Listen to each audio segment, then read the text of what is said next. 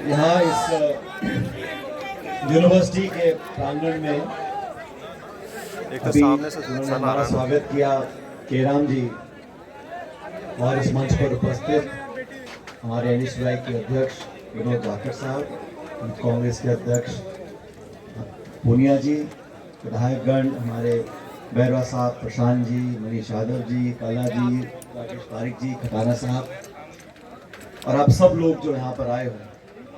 सबसे पहले तो मैं केराम जी आपका धन्यवाद करता हूँ कि आपने अपने इस संस्था को इस बहुत अहम और महत्वपूर्ण मुद्दे के साथ जोड़ा और हम सबको यहाँ पर आके संवाद करने का मौका दिया। मैं केराम जी को बहुत लंबे अरसे से जानता हूँ और आज बहुत दिनों के बाद उनको देखना हुआ और जब ये सेवा पुलिस में काम करते थे तब से जानता हूँ और आज उन्होंने इतना बड़ा ये इंस्टीट्यूशन बनाया है, मैं उनको बहुत बधाई देता हूँ और आप सब लोगों को जो यहाँ पर पढ़ाई करते हैं। साथियों, ये जो कार्यक्रम आज हो रहा है, मैं बहुत लंबा चौड़ा भाषण देने नहीं आया हूँ, लेकिन ये बात सच है कि इस मुद्दे को लेकर, ड्रग्स को लेकर समय आ गया है कि हम खुलकर इस पर बात करें। और मुझे खुशी है कि एनएसयूआई ने, विनोद जी ने, यूथ कांग्रेस, सब लोगों ने इस मुद्दे को जागरूकता का विषय बनाया है। और यहाँ मौजूद जो स्टूडेंट्स हैं, फैकल्टी मेंबर्स हैं और बाकी लोग यहाँ पर आए हैं, आप लोग इसके बारे में सोचिए।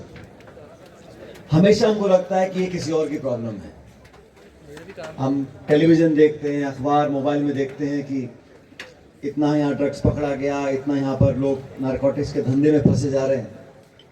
हकीकत ये है कि देश भर में, खासकर शहरों में, छोटे शहरों में, कस्बों में, अब तो बड़े बड़े गांवों के अंदर भी, जो बहुत सस्ती और बहुत हानिकारक केमिकल ड्रग्स हैं, वो पहुंचनी शुरू हो गई है। और जो लोग ड्रग्स को सप्लाई करते हैं वो शुरू में तो उसको बिल्कुल मुफ्त में या बहुत सस्ते में देते हैं ताकि बच्चों को उसकी लत पड़ जाए। और उसके बाद जब आदमी इसका आदी हो जाता है, नौजवान बच्चे बच्चियां, उसके बाद इनका दाम बढ़ाते हैं और फिर पैसे के लिए बहुत सारे लोग जो उसको अफोर्ड नहीं कर पाते हैं वो फिर तरह तरह के असामाजिक कार्य में जुड़ जाते हैं। हम लोग क्या कर सकते हैं? सवाल ये कि हम लोग यात्रा निकालें, हम लोग भाषण दें, लेकिन हम लोग कर क्या सकते हैं? सबसे पहली बात तो मैं समझता हूँ कि हमें इस पूरे मामले को समझना पड़ेगा। ये कोई एक नौजवान 19, 20, 25 साल का लड़का लड़की ड्रग्स ले सिर्फ यहाँ तक सीमित नहीं है।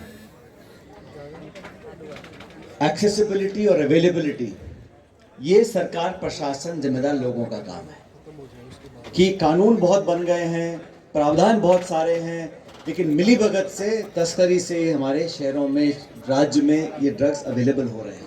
पहली बात, वो जिम्मेदारी अधिकारी, प्रशासन, पुलिस, सरकारों की है। और मुझे खेद है कि सरकार को जो पैसा दिया गया है ड्रग्स प्रिवेंशन के लिए, नारकोटिक्स के ट्रेड को पकड़ने के लिए, अवेयरनेस पैदा करने के लिए, रिहैबिलिटेशन प्रोग्राम्स खोलने के लिए, कई बार वो पैसा पूरा खर्च पे नहीं होता। लेकिन वो एक प्रशासनिक इशू है, मुद्दा सामाजिक भी है। और अक्सर मैंने देखा कि बहुत सारे लोग, और स्वाभाविक है, हमारी संस्कृति इस प्रकार की है कि परिवार के साथियों को, लोगों को बड़ी झेप लगती है इसको स्वीकार करने में कि हमारे घर में, हमारे गांव में, हमारे शहर में हमारा जान पहचान वाला, हमारे परिजन कोई इस ड्रग की लत में फंस चुका है। तो सबसे पहले बात, हम लोगों को इस झेप से आगे आना होगा। जब तक हम इस रियलिटी को एक्सेप्ट नहीं करेंगे तब तक उसका समाधान नहीं ढूंढ पाएंगे। और जो मध्यम तबका है या मिडिल क्लास के फैमिलीज हैं, लोअर मिडिल क्लास की फैमिलीज हैं, वहां पर बहुत ज़्यादा लोग छुपाने की कोशिश करते हैं। जब तक हम इस पूरी समस्या को एक्सेप्ट और समझ नहीं जाते, इसका समाधान नहीं हो सकता। सिर्फ प्रवचन देने से कि ड्रग्स का इस्तेमाल मत करो, स्वास्थ्य के लिए हानिकारक है, यहाँ से पार नहीं पड़ेगी। और हमने देखा है जिस प्रकार पंजाब में जो हालात पैदा हुए, मतलब जिस स्केल पर वहाँ पर ड्रग्स का और केमिकल और ड्रग्स का जो इस्तेमाल हो रहा है, मुझे चिंता इस बात की है कि वो स्थिति राजस्थान में न पैदा हो। और उसको रोकने के लिए हम सब लोगों को, हमारी सिर्फ एक एनएसयूआई या सिर्फ एक पार्टी या एक नेता की बात नहीं है, पूरे समाज को, सब लोगों को, सामाजिक, राजनीतिक, एनजीओ, हम सब लोगों को मिलकर रास्ते ढूंढने पड़ेंगे कि जो लोग इस लत से फंस चुके हैं उन्हें कैसे बचाएं। जो लज्जा और शेम लोगों को महसूस होती है बताते हुए कि हमारे घर में हमारा बच्चा बच्ची इस लत में पड़ गया है, हम लोग इसको झुठलाते रहते हैं, मना करते रहते हैं, अस्पताल में भर्ती भी होता है तो झूठ बोल के भर्ती कराते हैं कि इसको कोई और बीमारी हो गई थी। तो उस सामाजिक जो स्टिग्मा है उससे हटना होगा। व्यवस्था को ठीक करने के लिए समझना बहुत जरूरी है। और कॉलेज कैंपसेस, यूनिवर्सिटी कैंपसेस, मैं समझता हूँ, और स्कूल में भी आजकल ये सबसे महत्वपूर्ण जगह है। देखो, हर उम्र का एक दौर होता है। यहाँ बहुत से लोग बैठे हैं जिनको मैं बहुत सालों से जानता हूँ। पहले नौजवान थे, मैं उनसे कम उम्र में था, अब मैं भी अधेड़ उम्र का हो गया हूँ, वो बुजुर्ग होते चले जा रहे हैं। लेकिन आप लोगों की जो एज है, ये 17-18 से लेके 23-24 साल की जो एज है, इसमें बहुत तरह के बदलाव आते हैं, हर जनरेशन में आते हैं। और बदलाव में कभी कभी दबाव भी आता है, प्रेशर भी आता है। लोग एक्सपेरिमेंट की बात करते हैं, करके देखो कुछ नहीं होगा, 1 बार 2 बार 3 बार, और फिर एक ईगो इशू बन जाता है स्टूडेंट्स के अंदर कि अगर वो कर रहा है तो तुम इतने कूल नहीं हो, तुम भी करो। और इस प्रकार जो दबाव बनता है उसको हम समझ सकते हैं, लेकिन कृपया करके अपने जीवन में जो भी आप लोग करें एक सीमा बांध दें कि मैं दोस्तों के दबाव में, अपने ग्रुप के दबाव में, या अपने राइवल फैक्शंस के साथ कभी कभी हो जाती है। सीमा बांध लें कि यहाँ तक और उसके आगे नहीं, क्योंकि ये ड्रग्स की जो बीमारी है आप समझेंगे नहीं, धीरे धीरे पैर फैलाती है और फिर आपको जकड़ लेगी।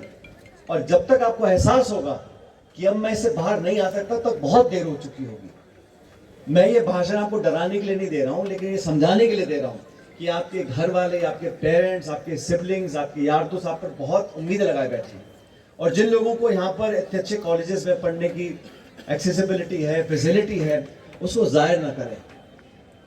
और हर नौजवान को ज़िंदगी में बहुत कुछ करने का मन करता है। हम अपने दोस्तों के साथ जाएं, नई चीज़ों को सीखें, एक्सपेरिमेंट करें, नई चीज़ों को समझने की कोशिश करें। लेकिन ड्रग्स वो इशू है, ये शुरुआत कब होती है पता नहीं पड़ता। धीरे धीरे धीरे धीरे ये इंसान को खोखला कर देगी, आपके परिवार वालों को। और अपनी बात छोड़ दो, आप अपने उन घर वालों की चिंता करो जो आप में अपना भविष्य देखते हैं, जो अपना पेट काट कर आपके ट्यूशन, आपकी फीस, आपके खर्चों को भरते हैं। उनकी उम्मीदों पर अगर आप पानी फेरते हो तो मैं समझता हूँ आपको अपने गिरबान में झांकना चाहिए। ड्रग्स के खिलाफ जो मुहिम चलाई है, मुझे खुशी है कि NSY ने बीड़ा उठाया, हम सब लोग साथ जुड़े। और मैं सिर्फ इस मौके पर यही संदेश आपको देना चाहता हूँ कि कोई ड्रग्स की इशू में कोई जाति नहीं है, कोई धर्म नहीं है, अमीर गरीब का भी नहीं है। ये एक ऐसा व्यापक जाल फैलता है और अनेक समाजों में, अनेक देशों में मैंने देखा है। और मुझे ये लगता है कि अभी भी हम लोगों को काफ़ी देर हो चुकी है, क्योंकि ये धीरे धीरे पैर पसार रही है।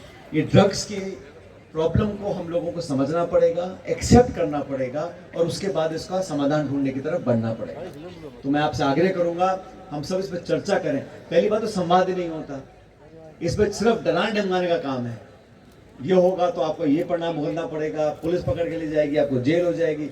वो सब बातें, जो सजाएं हैं, जो प्रावधान है, जो कानून है, वो इतने सार्थक नहीं है जितना रियलाइजेशन सार्थक है। अगर आप इस इशू को समझेंगे और अपने साथ वाला अगर कोई इस प्रकार इसमें घुस रहा हो, उसको रोकने का काम करेंगे, अवेयरनेस को फैलाएंगे, मैं समझता हूँ आप न सिर्फ अपने लिए, समाज के लिए, लेकिन देश की एक सेवा कर रहे हैं। कोई भी नौजवान मुल्क अपने पैरों पर खड़ा नहीं हो सकता अगर उसकी जो नौजवान पीढ़ी है वंदे से खोखली हो जाती है। इसको सिर्फ लाइटली हम ले लें, एक इशू बनाकर सिर्फ हवा में बातें करें, मैं समझता हूँ वो ठीक नहीं है।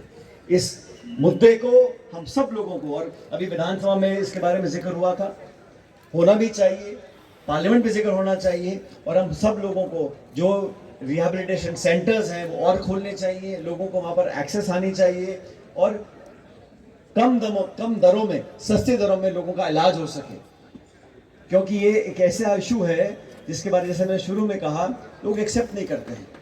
लोग डांटेंगे, फटकारेंगे, घर में रखेंगे, लेकिन उसको मेडिकल डॉक्टर के पास लेकर नहीं जाएंगे, उसका इलाज नहीं कराएंगे। हर पहलू पर हम लोगों को काम करना पड़ेगा, लेकिन ये सबसे बड़ी जिम्मेदारी आप लोगों की, जो समझदार लोग हैं।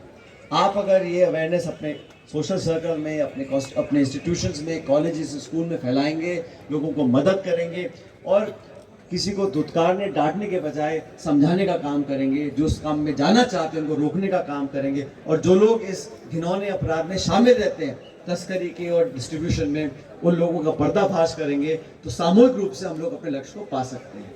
मैं तो इतना ही कहने आया था। मैं धन्यवाद देता हूं विनोद जी का, आप सब साथियों का, NSUI का, कि आपने इकट्ठा किया, और जयराम जी का, यूनिवर्सिटी के सब लोगों का, कि इस इशू को अब आगे से और हम लोग स्वीकार करें, इस पर चर्चा करें, समाधान ढूंढें और एक दूसरे की मदद करें।